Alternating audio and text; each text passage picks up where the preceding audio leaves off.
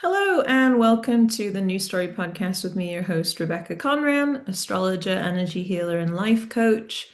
And today we're going to be talking about the spring equinox. You might have noticed that I didn't put a March episode up, a free podcast episode, and I just didn't have the energy at the beginning of the month. It was quite intense. I'm sure you all were feeling it too.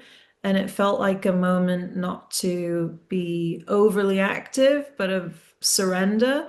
And we're really coming to an end of that vibe, that surrendered vibe. We're entering more of the action, activation part of March. And so with that, we've got the spring equinox coming in, and that's really what I want to talk about today. Um, March with all the Pisces energy, it was such a tough month so far. And not just because of Pisces energy, but obviously because globally there's just tons of murder and insanity going on. But on a personal level, we are having to surrender to divine timing and our healing processes. We may have wanted to go, go, go, and the universe said no, no, no. And you know, April, definitely the energies are ramping up. But our day is coming.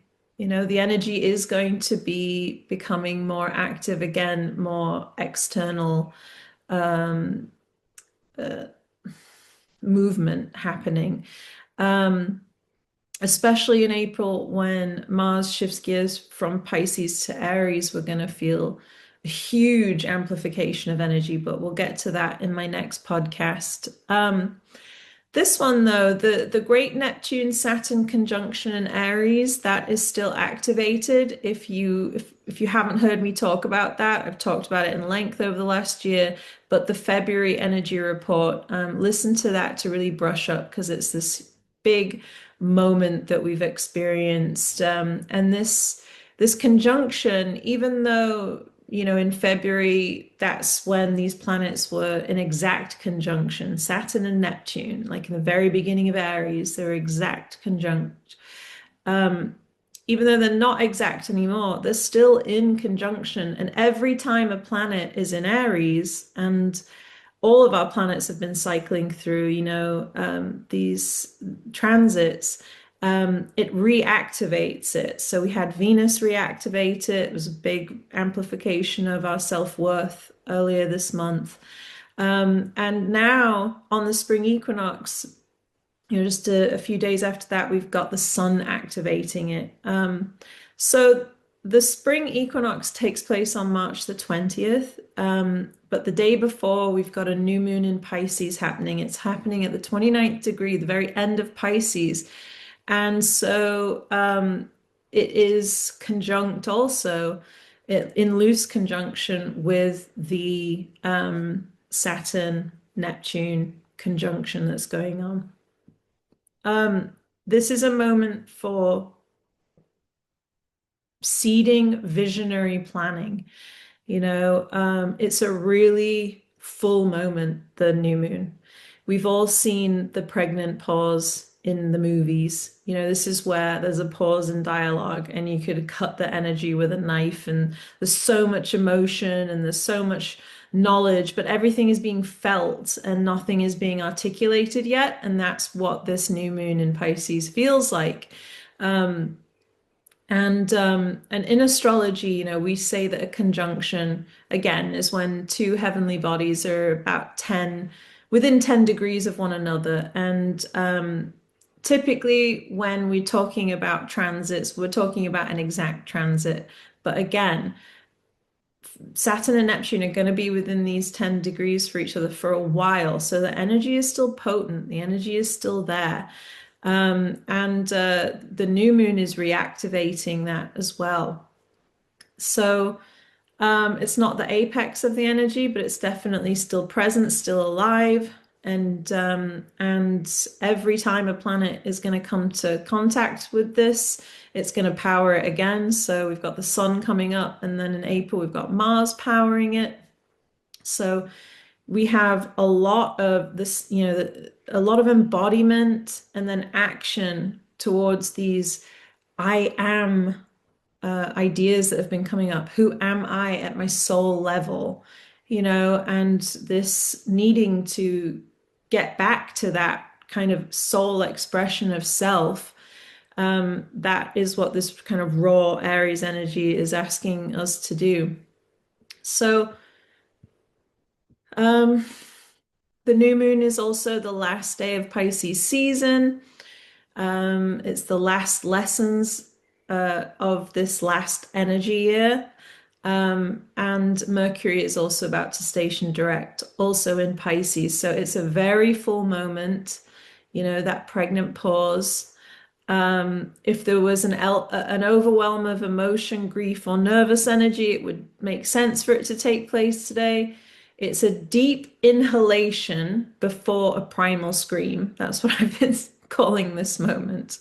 Um, Rebirth is upon us. It's like, it's that deep breath before, we let out that incredible energy. But we will be feeling our fears, and that is part of the process of new life being birthed, is that there's chaos that comes with it. There's intensity, there's being scared. Um, and then the new moon is followed on the spring equinox by the sun's entry into Aries and Mercury station direct on March the 20th. And so this is really marking a true reactivation of momentum. Our minds, our communication is all coming more into the external world. I personally can't wait till Mercury's out of Pisces because while it's great for creativity and poetry and, seeing the beauty in life, it's actually really hard just to formulate words sometimes with this placement. So um, Mercury's direct station means that we're going to be moving through the final moments now, going forward through Mercury and Pisces before it shifts into Aries as well.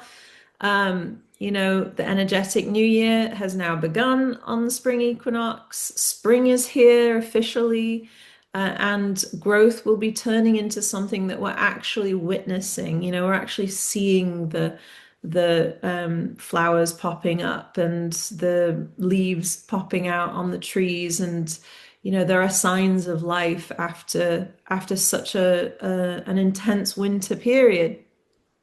Mercury stationing at 9 degrees of Pisces, it's giving us some ideas for the upcoming energy year because it's happening on the same day. To me, that says that there's an influence of this theme. The book, The Sabian Symbols, names this degree as a jockey, which seems very appropriate for the year of the fire horse. And the key word chosen for this degree is practice. So this degree is about rising to any occasion, not forsaking the opportunities and potentials that manifest. We need to be mentally ready through regular preparation. That means, like a jockey, we need to train so that when the moment comes, we find ourselves, going full speed and taking our chance. But we need to really get into the practice now, not wait for some day down the line when we will start to hone our practice. And by practice, I mean it could be anything, couldn't it? That supports us in our goals, whether that's our physical health and physical embodiment, whether it's meditation, whether it's our spiritual practice. It's honing of ourselves holistically to be able to be clear and to know when opportunity is knocking, and to be able to be vital enough in those moments to rise to the occasion. So not long after the spring equinox, the sun, newly in Aries, is going to conjunct Neptune, and it's going to further deepen our inspiration. It's going to remind us that action guided by spiritual alignment is really where it's at. We're co-creators of this human experience, and we have extraordinary power, but how are we really using it? And And as the month winds down, Sun is going to conjunct Saturn, still in conjunction with that Neptune in loose conjunction. So it's a portal of time here where we're anchoring our identity into the discipline and the structure to go for what we deserve, to put ourselves first, to build a foundation of hard work around putting our souls forward. Um, Additionally, questions are arising, as we look at the world globally. Will someone stand against war as the peaceful warrior? Will that be you or I? Can we do that? Can we do that in our communities? Can we do that with our money and how we vote with our money? Can we do that with our literal votes? How are we protecting humanity, supporting humanity, and in any way we can, saying that, um, you know, the types of war that are being waged right now are just they're just indiscriminate murder and for greed. And you know, we have to really be very conscious right now about the ideas of people winning at all costs, because this is really the shadow side of Aries energy, is just wanting to win. And it's like, at what cost? Why? And we need to sort of move past that for all of us, that competition that comes from fear and lack and insecurity, that we need to have power over others, that we need to have more and more and more, to feel like winners. If you want to feel like a winner, have compassion for yourself, have love for yourself, love that child that you were once that was traumatized. You know, um, these are the ways that we really build confidence. And by living authentically from our soul's point of view. So it has nothing to do with anything that we can acquire or gain externally. And that's why winning now is about being authentic, being confident to be yourself and to follow your passions. Um, there is energy during this equinox and during this period right now to put towards caring, mothering, and loyalty to our matriarchal values, because Jupiter is still making its way through Cancer. It's turned direct now. Matriarchy is not another pyramid scheme like patriarchy is. It's a circle. Okay, it's a brotherhood and sisterhood of man. It's a fraternal ideology. It's about looking after one another, looking after our communities, that when one thrives, we can all thrive, and that we should really be lifting each other up, that we are all connected, that there's enough to go around. How do we help everyone to live in dignity, dignity for ourselves, dignity for other people? And although the world looks like a terrible place, and it is for many humans right now, there's a lot of suffering. There is a deepening of new values that is happening across the globe as well, as these other structures fall apart, and Uranus being at the very end of its journey through Taurus, it really is showing us that the structures of capitalism, the patriarchal structures, they're harming people. They're harming the very earth itself. They're harming each one of us. They're harming the people that are perpetrating it. There is only suffering coming out of these old archaic structures, and they need revolution. They need to be revolutionized. So that they work for everybody, so that we as humans, we've evolved. We've evolved in our intellect and our empathy. We don't need to live in primal fear anymore, because we've grown. Well, some of us have, and the potential for others to grow is still there. But there is a deepening of values happening, even if it looks a bit crazy out there right now, and it is crazy out there. But stick to your spiritual values, and let them deepen inside of you, these ideas of brotherhood and sisterhood of man. And especially through April, because as I predicted back in 2024 about these transits, we could definitely see the amplification of war, because Mars in Aries is, the shadow side of it is sheer stupidity, really. It's sheer violence and just fighting for the sake of fighting. That's the shadow side of Mars and Aries. Um, but the purpose, really, the higher octave of Aries energy, it is the initial phase of a radically new cycle. And there's tremendous power there. There's beautiful, beautiful power. Aries is like the baby being born. It's that will to take the first breath and to, you know, bring yourself into this world. There's incredible like heart-opening power there. Um, and we can use the energy right now to really activate our will if we reach in and take possession of the higher octaves of this Aries energy. And of course, as we move through April coming up here, we're going to be invited to move from these reflective periods that we've been in through Pisces season into more inspired action, from longing into grounded desire, and from release into more renewal. So, as we reach the end of this month, and if you want to have a ritual on the spring equinox just to celebrate the new energy year or to set intentions, to seed intentions, notice where your energy feels most alive and let that, help guide your choices right now. Rest when you need to rest. If grief surfaces, definitely give it space to breathe. Respect any of the emotions that want to make themselves known on the path to healing, especially during this new moon energy prior to the spring equinox, just one day before. There's a fullness of grief happening.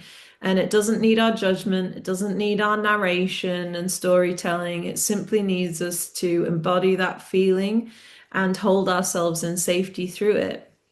So each transit is an opportunity and an invitation to evolve and to allow growth and healing to emerge through our consciousness. And for us to, take heart-led steps. And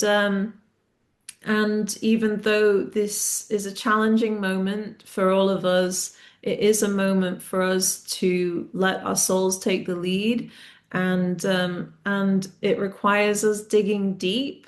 But there is so much more peace available to you when you allow yourself to move from your conscious selves rather than your subconscious or unconscious selves. So I'm wishing you all a lot of luck and a lot of love and happy new energy year.